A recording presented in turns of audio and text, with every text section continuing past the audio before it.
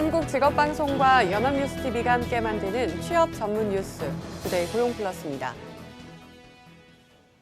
정부가 내년 예산안을 사상 최대 규모인 513조 원으로 짰습니다. 일본의 수출 규제로 대외 불확실성이 더 커진 가운데 나라 곳간을 최대한 풀어 식어가는 경기에 활력을 불어넣겠다는 설명이지만 재정 건전성이 문제입니다. 이승국 기자입니다. 다음 달 3일 국회에 제출될 내년 정부 예산안이 513조 5천억 원으로 확정됐습니다. 한 해 예산이 500조 원을 넘은 건 처음인데 올해보다 9.3% 44조 원 가까이 늘었습니다.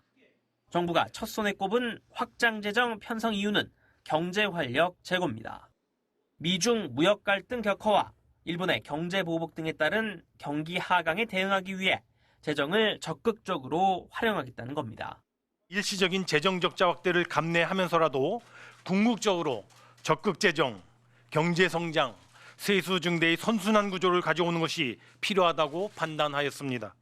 내년 예산은 소재 부품 장비 산업 자립화와 시스템 반도체 등 미래 신산업 육성, 사회 안전망 강화 등에 중점적으로 사용됩니다. 일자리 예산은 올해보다 21% 넘게 늘어난 26조 원이 책정됐습니다. 재정 지출은 2년 연속 9% 넘게 늘지만 반도체 업황 부진에 따른 법인세 감소 등의 여파로 내년 세입은 1%대 증가에 그칠 것으로 정부는 전망했습니다.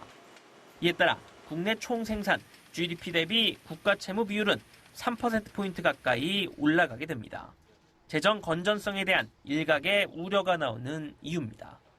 정부는 경제협력개발기구 OECD 평균과 비교하면 여전히 양호한 수준이라는 입장입니다. 단년도 적자를 가져가더라도 저희들 전체적인 그 국가 채무 비율은 아직은 조금 상대적으로 건전하기 때문에 진짜 늘릴 부분은 확 좀 늘려가지고 제대로 좀 해보자.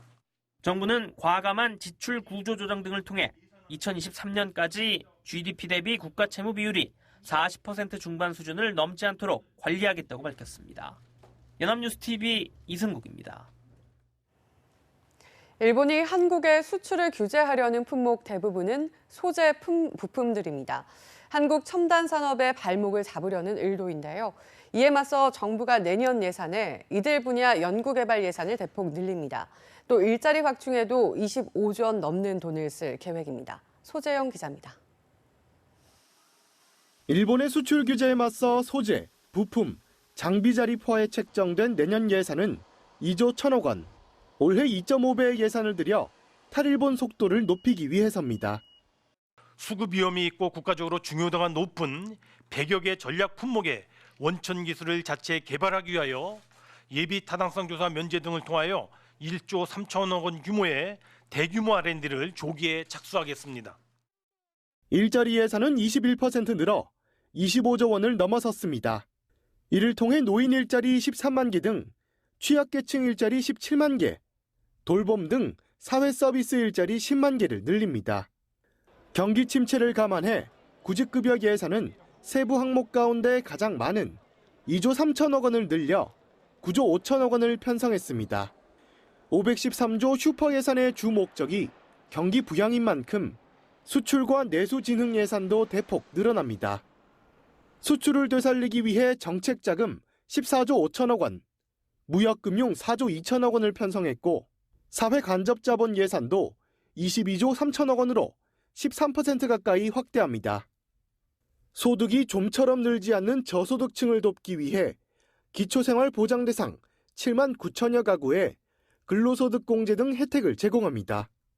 또 2학년까지 확대되는 고교 무상교육에 7천억 원을 지원하고 어린이집 연장반 운영 등 보육에 3조 7천억 원이 들어갑니다.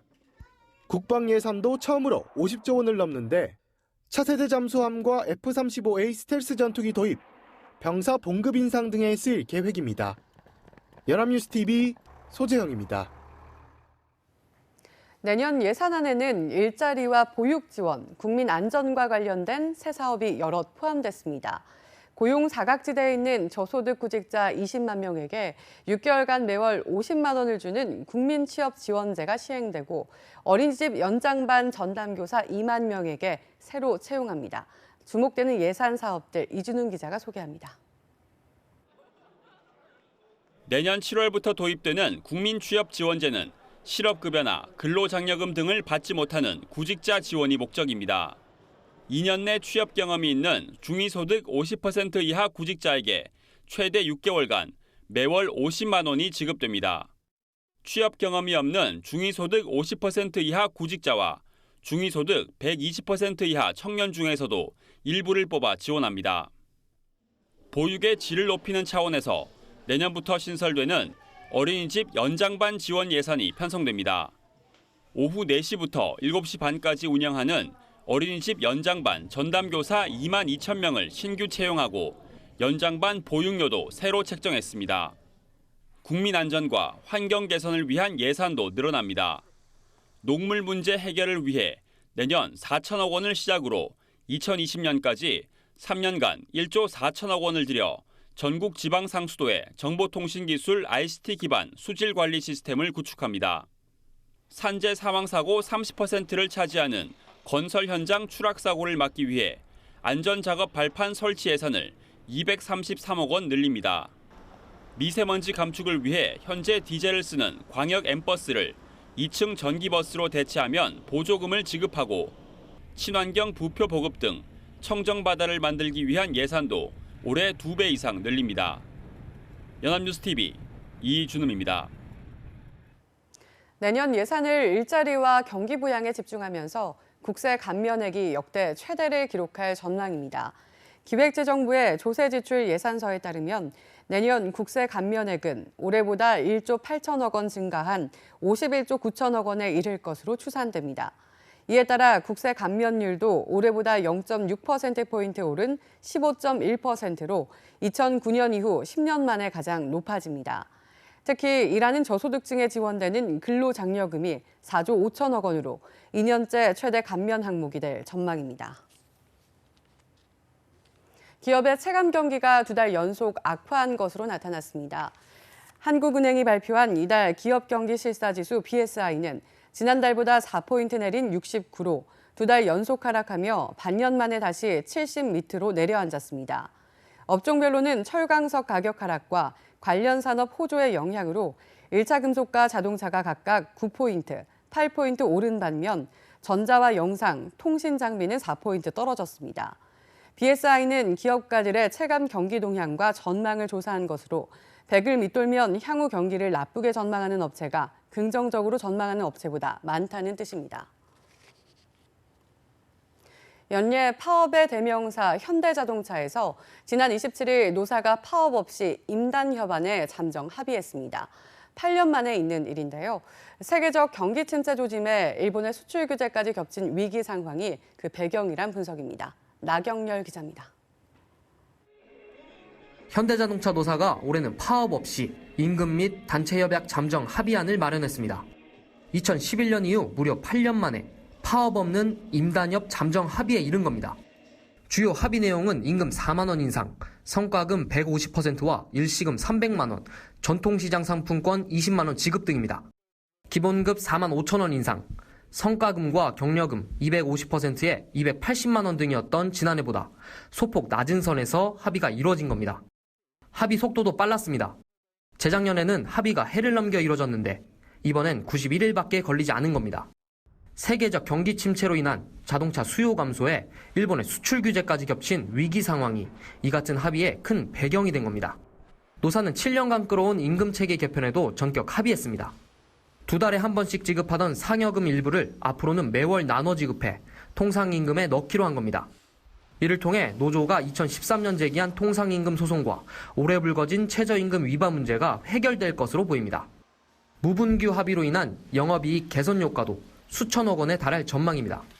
파업 없이 임단협의 잠정 합의 이뤘다는 것은 영업이익 기준으로 3,838억에서 약 6,342억 원 정도의 긍정적인 효과에 또 9,500명 규모의 사내 하도급 노동자 대상 정규직 특별고용 일정을 1년 앞당겨 내년까지 마무리 짓기로 했습니다. 잠정 합의안 찬반 투표는 다음 달 2일 있을 예정입니다. 연합뉴스TV 나경열입니다. 일본이 경제보복의 철회는커녕 강도를 더 높이자 우리 국민들의 생활 속 일본 지우기 강도도 높아지고 있습니다. 제3국산이라도 재료가 일본산인 먹거리는 안 판다는 마트가 있는가 하면 일본은 여행 희망지 상위 순위에서 사라졌습니다. 이동훈 기자입니다. 방사능 폐기물 표시가 붙은 드럼통들과 일본산 먹거리가 쌓여 있습니다. 이어 방진복을 입은 사람들이 나와 음식들을 드럼통에 집어넣습니다. 일본이 우리나라 백색 국가 제외를 강행하자 중소마트 상인들이 일본산 식품 첨가물, 가공식품도 팔지 않겠다고 나선 겁니다. 이제 우리는 또 다른 판매 중단과 불매운동을 시작하기로 했습니다. 우리는 정확하게 이력을 추적하여서 타격할 것입니다. 어느새 시작된 지 2달이 가까워지는 소비자 중심의 불매운동의 열기도 꾸준합니다. 방송광고진흥공사가 소비자 500명을 대상으로 조사한 결과 전체의 80% 정도가 불매운동에 찬성했습니다. 설사 일본이 뒤늦게 수출 규제를 완화해도 일본산은 안 사겠다는 비율도 72%에 가까웠습니다. 일본에 대한 호감도는 수출 규제의 이슈화 이전 48.5점에서 현재 22.2점으로 반토막 났는데 이는 여행지 호감도와 직결됐습니다. 구인구직 플랫폼 사람인이 직장인 2,750명을 대상으로 추석 연휴 계획을 조사했더니 지난해 휴가지 후보 중 35.2%를 차지하며 1위였던 일본은 무려 27%포인트 넘게 떨어지며 순위 밖으로 밀려났습니다. 일본이 안보라는 이해 못할 이유로 수출 통제 위협을 가하고 우리 땅 독도 방어 훈련까지 트집을 잡자 불매운동을 뛰어넘어 아예 일본을 일상생활에서 지우려는 움직임도 이에 비례해 커지고 있습니다. 연합뉴스TV 이동훈입니다. 추석 연휴를 앞두고 중소기업 절반 이상이 자금 사정 곤란을 겪고 있는 것으로 나타났습니다. 중소기업 중앙회가 중소기업 830개를 조사한 결과 응답 기업의 55%는 자금 사정이 곤란하다고 답했습니다. 이는 지난해 51.9%보다 3.1%포인트 증가한 것으로 자금 사정이 곤란하다고 답한 업체의 비율은 4년 연속 늘고 있습니다. 자금 사정이 안 좋은 이유로는 인건비 상승이 56.5%로 가장 많았고 판매 부진이 54.7%, 판매 대금 지연 회수가 25.3%로 뒤를 이었습니다. 지난 2분기 서비스업 대출이 크게 늘어난 것으로 나타났습니다.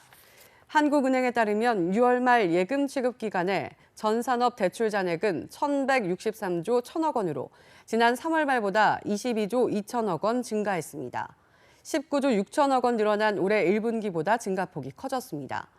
제조업 대출은 4조 원 느는 데 그쳤지만 도소매, 숙박 음식점업 대출이 통계 작성 이후 최대인 7조 8천억 원 증가했습니다. 이에 따라 서비스업 대출 증가폭이 1분기 9조 9천억 원에서 2분기 16조 2천억 원으로 커졌습니다. 수소차를 보유하고 있는 경기 평택 시민들이 연료 충전을 위해 경부고속도로 안성휴게소를 찾는 웃지 못할 일이 벌어지고 있습니다. 시내에 수소 충전소가 한 곳도 없기 때문입니다. 보도에 강창구 기자입니다. 경부고속도로 부산 방면 안성휴게소에 설치된 수소 충전소입니다. 하루 20-30명이 이용하는데 주로 평택에 거주하는 수소차 운전자들입니다. 시내에 충전소가 없어 고속도로 통행료를 내고 휴게소까지 찾아오는 겁니다. 톨게이트 비용은 물론 먼 길을 일부러 찾아오는 번거로움을 감수해야 합니다. 시내에 충전소가 없다 보니 고속도로까지 나와 충전하고 있습니다. 고속도로 통행료까지 내야 합니다. 충전소가 근처에 없다 보니까 타면서 좀 불안감을 느끼고 그리고 충전을 할 때마다 이제 고속도로를 좀 타야 된다는 게 가장 불편합니다. 평택시는 2022년까지 수소차 1,000대 보급과 충전소 6개 설치를 약속했습니다. 올해 우선 2곳에 충전소를 설치하기로 하고 사업자까지 공모했지만 물거품이 됐습니다. 수소충전소 운영사업자가 운영 적자로 인해서 사업을 포기를 했고요. 또 그 사이 노르웨이 사고라든가 안전성 문제가 제기가 돼서 평택시의 약속을 믿고 수소차를 구입한 시민은 실망감을 감추지 못했습니다. 고속도로까지 나와서 충전함으로써 운전자들의 불편이 무척 가중이 되고 있는 상황이고 미세먼지가 조금이라도 저감될 것을 기대했던 시민들은 많은 실망을 하고 있습니다. 평택시는 충전소 사업자를 새로 공모할 예정이어서 운전자들의 불편은 한동안 계속될 전망입니다. 연합뉴스TV 강창구입니다.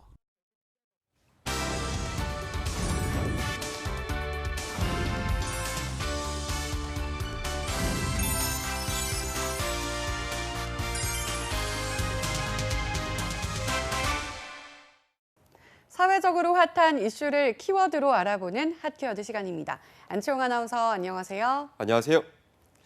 핫키워드 시간입니다. 곧 있으면 전 국민의 이동이 시작되는 추석이 돌아옵니다. 지금부터 가족과 함께하기 위해 귀경과 지출 계획을 세우시는 분들도 참 많을 텐데요. 올해 직장인들의 추석 계획은 어떠한지 핫키워드에서 살펴보겠습니다. 네, 올해는 주말까지 겹치면서 추석 기간이 짧은 편이라 추석 계획을 세우는데 발빠른 눈치 작전도 필요할 것 같습니다. 짧은 추석 기간인데 고향에 내려가겠다고 밝힌 직장인의 비율은 어느 정도였나요? 네, 얼마 전 구인 구직 포털 사람인이 직장인 2,404명을 대상으로 추석 연휴의 예상 계획에 대해 설문조사를 펼쳤는데요. 조사 결과 직장인 응답자 60.3%는 추석에 고향을 찾아갈 것이라고 답했다고 합니다. 절반이 조금 넘는 경우지만 한꺼번에 이동을 하게 된다면 교통 정체는 상당할 것으로 예상됩니다. 네, 그럴 것 같습니다. 특히 이번에는 귀성 귀경 시기를 잘 조절을 해야 될 것 같은데요. 혹시 이와 관련한 좋은 정보가 없을까요? 네, 물론 준비했습니다. 자, 이제부터 말씀드릴 테니 잘 참고하시기 바랍니다. 설문조사 결과 직장인의 예상 귀성일은 추석 연휴 시작일인 9월 12일이 가장 많았는데요. 42.6%라는 절반에 가까운 응답자가 이날 귀성을 하겠다고 밝혔습니다. 그러니까 되도록 12일에 귀성을 하시는 건 피하는 게 좋겠는데요. 또 24.1%는 추석 당일인 13일에 내려가겠다고 했고요. 23.7%는 11일을 이야기했습니다. 모두 비슷한 비율인데요. 반면 10일 이전은 7%, 14일은 1.2%였습니다. 추석 연휴 전날엔 조기 귀가를 권하는 회사도 많은데 그래서 가능하다면 이번 추석엔 연휴 전날 일찍 퇴근을 해서 귀성을 하시는 방법이 가장 좋지 않을까 싶습니다. 이 귀경 예정 날짜는 36.2%가 응답한 14일이 가장 많았는데요. 추석 당일인 13일은 28.3%가 응답했고 15일은 20.1%, 12일은 7%, 16일은 4.6% 순이었습니다. 네, 정말 좋은 정보네요. 되도록 높은 순위를 기록한 날짜를 피해서 이동을 하는 것이 좋을 것 같습니다. 그런데 추석이 다가오면 이동 날짜도 고민이지만 지출에 대한 고민도 만만치가 않잖아요. 게다가 해마다 물가가 오르고 있으니 직장인들의 부담도 상당할 것 같은데요. 네, 그렇습니다. 실제 응답자의 89.6%는 추석 경비에 대해 부담을 느끼고 있었는데요. 직장인들이 꼽은 부담스러운 경비론 복수 응답으로 64.8%가 응답한 부모님 및 친지 용돈이 1위를 차지했습니다. 또 28.2%는 선물 구입 비용이라고 응답해서 2위를 차지했는데요. 이 외식, 여가 등 추가 지출 비용엔 19.6%의 응답률을 보여 3위를, 4위와 5위는 차례상 및 명절 음식 준비 비용과 귀성 교통비로 각각 18.5%와 15.4%를 차지했습니다. 네, 그럼 직장인들은 추석 경비로 얼마를 쓸 계획인지 조사된 자료가 있을까요? 네, 이것도 물론 있습니다. 직장인들의 올해 추석 연휴 예상 지출 비용은 평균 35만 원이었습니다. 지난해 평균 45만 원을 지출하겠다고 응답했으니 올해는 지난해보다 10만 원이 줄어든 셈입니다. 이처럼 추석 예상 경비가 줄어든 이유는 불경기로 인해 직장인들의 지갑 사정이 좋지 않아졌기 때문으로 풀이되고 있습니다. 네, 10만 원이 줄어든 것이면 상당히 줄어든 셈인데요. 이 같은 금액은 결혼 여부에 상관없이 줄어든 것이었나요? 네, 그렇습니다. 올해 기혼 직장인은 추석 경비로 46만 원을, 미혼 직장인은 29만 원을 지출할 것이라고 응답했는데요. 그런데 이 같은 금액은 지난해 추석 예상 경비 조사에서 기혼 직장인이 평균 60만 원, 미혼 직장인이 평균 35만 원을 지출할 것이라고 답변한 것에 비해 각각 14만 원, 6만 원 줄어든 수치입니다. 그만큼 기혼과 미혼 직장인 모두 추석 지갑을 줄였다고 할 수 있죠. 이 문제는 물가입니다. 올해 여름엔 특히 기록적인 폭염이 이어졌는데요. 더욱이 추석 날짜는 앞당겨졌습니다. 즉, 이 농산물의 수확량도 품질도 현저히 낮아질 수밖에 없다는 건데요. 이렇게 되면 추석 물가가 지난해보다 훨씬 높아질 거란 예상을 할 수 있습니다. 물론 정부에서 추석 물가 안정화 대책을 마련하고 있지만 이 예년 수준보단 높을 것이라는 관측이 지배적인 상황입니다. 네, 직장인들의 명절 지갑이 얇아진 만큼 고향에 내려갈 때 어깨가 한층 무거울 것이라는 생각을 하니 마음도 함께 무거워집니다. 하지만 사랑하는 가족과 보내는 시간만큼 값진 선물은 없겠죠. 추석이 곧 돌아옵니다. 얼마 남지 않은 명절 준비 잘 하시고 가족과 행복한 연휴를 보낼 수 있길 희망하겠습니다. 지금까지 핫키워드 안치홍 아나운서였습니다. 고맙습니다. 고맙습니다. 지금까지 투데이 고용플러스였습니다. 오늘 저희가 준비한 내용은 여기까지입니다. 함께해 주신 여러분 고맙습니다.